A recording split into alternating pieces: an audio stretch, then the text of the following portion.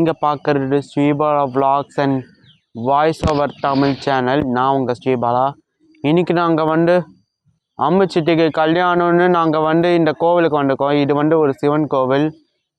இந்த கோவிலுக்கு நாங்கள் அன்னைக்கு வந்திருக்கோம். முதல்ல இந்த கோவிலோட வியூவை காட்டுறேன். இதுதாங்க இந்த கோவிலோட ராஜகோபுரம் எப்படி இருக்குன்னு நீங்களே பாருங்கள். இதுதாங்க பிச்சாண்டவர்.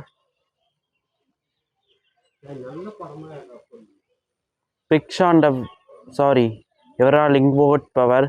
அந்த லிங்கம் தான் சிவன். அந்த அன்னப்பறவை தான் பிரம்மதேவர். வராகராக இருக்கிறது நம்ம மகாவிஷ்ணு.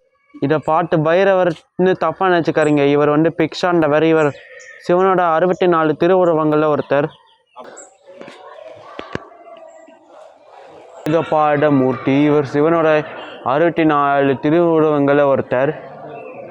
ஒரு பக்கம் பிரம்மா இருக்காரு, இன்னொரு பக்கம் விஷ்ணு இருக்காரு. 2 பேரும் காமெடியான போஸ் கொடுக்குறாங்க.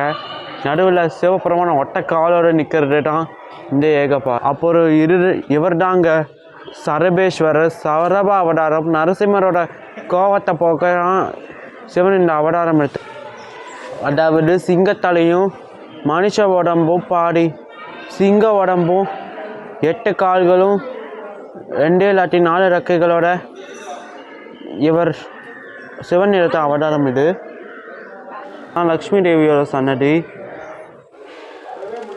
இவங்க தாங்க மகாவிஷ்ணுவோட மனைவி மகாலட்சுமி. அந்த பாட்டி சொன்னது நீங்கள் கேட்டிங்களா, உள்ளெல்லாம் போகக்கூடாதுன்னு. ஜெயலக்ஷ்மி. அடுத்தது சரஸ்வதி தேவியோட சன்னதி. இதையும் பார்த்தீங்கன்னா ஸ்க்ரீன் போட்டு மூடி வச்சுருக்காங்க.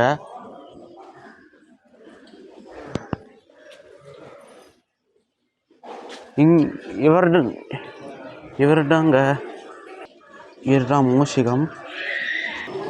இவர்தாங்க வினைகளை தீர்க்கும் விநாயகர். ஒவ்வொரு புராண கதைகள் சொல்லுது. கொடிமரத்தார். இவர் பார்த்தீங்கன்னா கொடிமரத்தாடி விநாயகர்.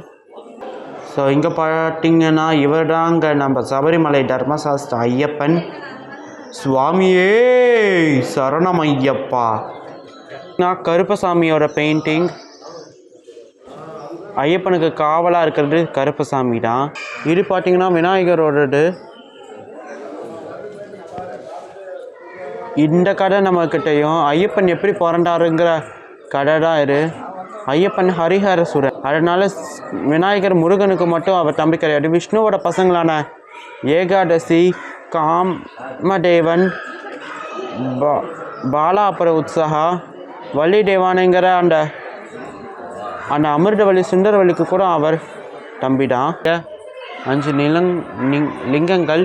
நிலம் காஞ்சிபுரம், நீர் திருவானைக்காவல், நெருப்பு திருவண்ணாமலை, காற்று ஸ்ரீ காளஹஸ்தி, ஆகாயம் சிதம்பரம். கூட ஸ்தலங்களில் 4 ஸ்தலங்களில் சிவபெருமான் லிங்க உருவத்தையும், ஒரே ஒரு ஸ்தலத்தில் மட்டும் மனுஷ உருவத்தில் டான்ஸ் ஆடுற கோலத்தில் காட்சி கொடுக்குறாரு.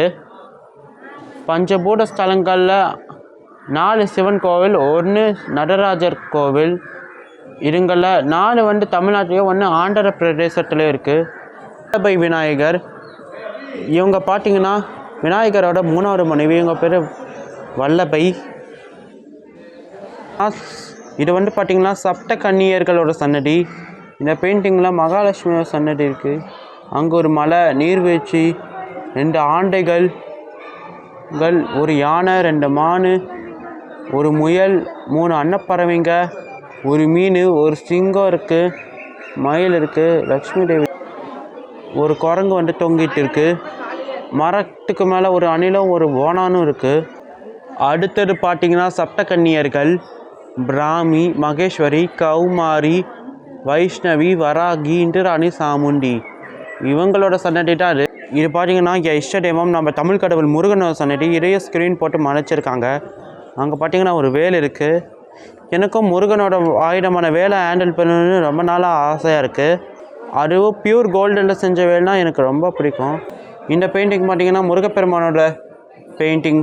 முருகன் வள்ளி தேவானை சமையல பெயிண்டிங் தான் இது. எவ்வளோ அழகாக இருக்க பாருங்கள். இது பார்த்தீங்கன்னா ஏதோ முனிவர் வருது, வசிஷ்ட முனிவர்னு நினைக்கிறேன். அடுத்தது பார்த்தீங்கன்னா திருநாவுக்கரசருங்கிற அப்பர். இவர் தான் உழவார பணியையே அறிமுகப்படுத்தினவர்.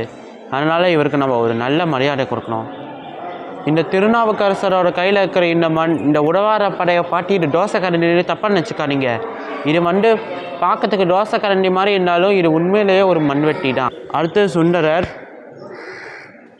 இவர் ஒரு கையில் பூவையும் இன்னொரு கையில் வாக்கிங் ஸ்டிக்கையும் வச்சுருப்பார். இவர் சைவ சமயக்குறவர்கள் அப்புறம் 63 நாயன்மார்கள் ஒருத்தர். மகா கணபதி, அதாவது நம்ம விநாயகர். இது பார்த்திங்கன்னா லிங்க பைரவி. நார்த் இந்தியாவில் இருக்கிற சில மாதிரி இருக்குது. தியானலிங்கம். அதிகார நந்தி இருக்கார் வணங்குற கோலத்தில். அடாங்க இவங்க தாங்க நம்ம காஞ்சி காமாட்சி. இவங்க தாங்க நம்ம வராகியம்மன். இவர் தாங்க திருஞான சம்பந்தர். நம்ம நிறைய பேர்த்துக்கு மகாபாரதத்தில் வரக்கூடிய அபிமன்யு மட்டும்தான் 16 வருஷம் உயிர் வாழ்ந்தான்னு நம்ம எல்லாருக்கும் தெரியும். ஆனால் இந்த திருஞான சம்பந்தரும் 16 வருஷம் உயிர் வாழ்ந்திருக்காரு. 63 நாயன்மார்களே முதல் இளைய நாயன்மாரும் சைவ சமய குறவர்களில் இளையவரும் இவர் தான். அபிமன்யு வாழ்ந்தது துவாபர யுகத்தில், திருஞான சம்பந்தர் வாழ்ந்தது இந்த கலியுகத்தில்.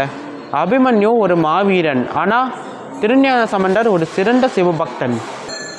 அடுத்தது பார்த்திங்கன்னா நம்ம தாவரவர்ணி மதுரை மீனாட்சி. இங்கே பார்த்திங்கன்னா நந்தி இருக்கார்.